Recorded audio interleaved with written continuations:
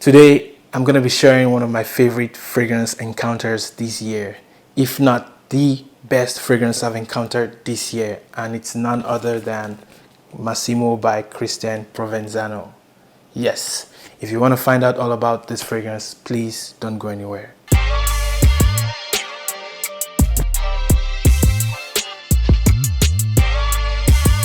Before we jump in, guys, if this is your first time landing on my channel and you like fragrances, you like this type of content, please consider subscribing to the channel. Don't forget to click the bell icon so you get notified whenever I drop a new video. At least that way you don't miss out on any videos. So I reached out to the brand Christian Provenzano last year, and they were nice enough to send me one of their fragrances. Actually, I requested for this one after doing my research online and reading about this fragrance.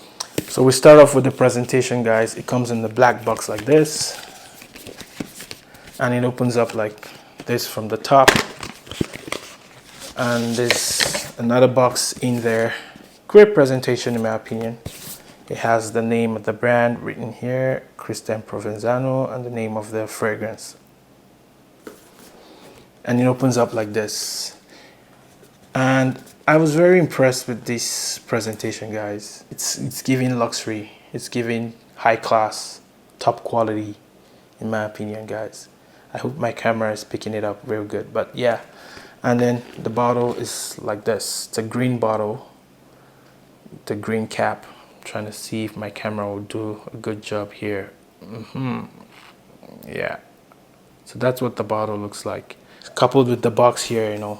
It's just amazing. It sits in this kind of box here, yeah, beautiful looking stuff. So Massimo here was launched in 2023, that's last year, and the perfumer behind this one is Christian Provenzano, and the concentration here is an Extrait de Parfum. So some of the notes listed, we have ginger, we have cardamom, we have cinnamon and bergamot at the top, and at the heart we have leather, we have pimento, black pepper and pink pepper, and at the base there's sandalwood, there's cedarwood, labdanum, olibanum, benzoin, vetiver, styrax, amber, tonka and musk. So lots of notes listed here, guys, but before we go into the scent, I'm going to do a quick spray again here just to remind me of what this one smells like. Guys, look at the atomizer here, look at that distribution, guys.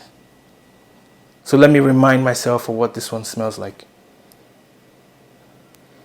Yeah, so I've encountered a lot of fragrances this year, and so far this one has stood out for me.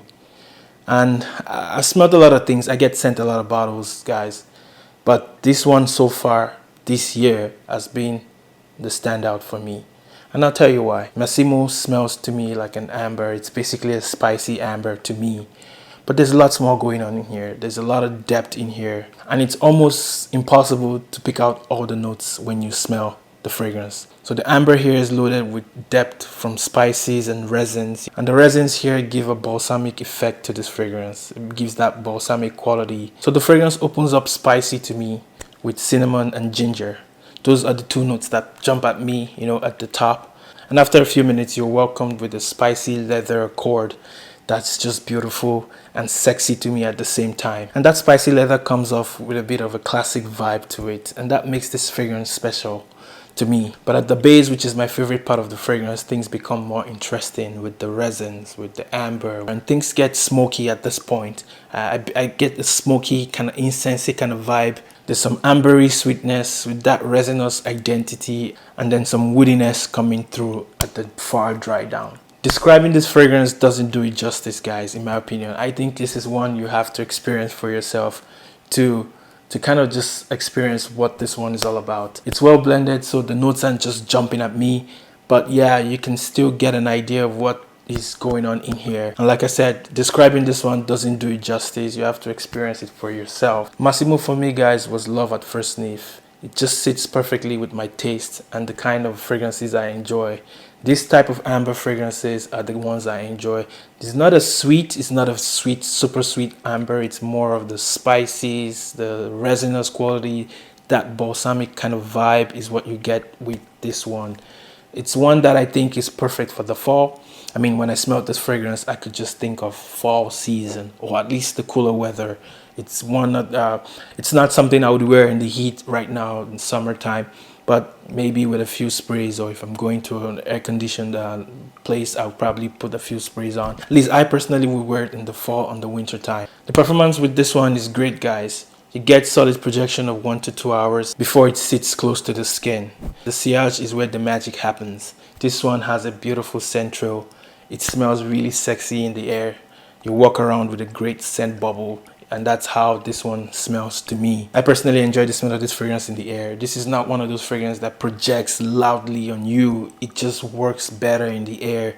When you walk past people, people will notice it. People would like how you smell, at least if they enjoy these kind of fragrances. And this one I find to be quite long lasting. I get 8 to 10 hours and sometimes even up to 12 hours when I spray on my clothing. I personally think this is a more dressed up fragrance. This is not one I would wear casually.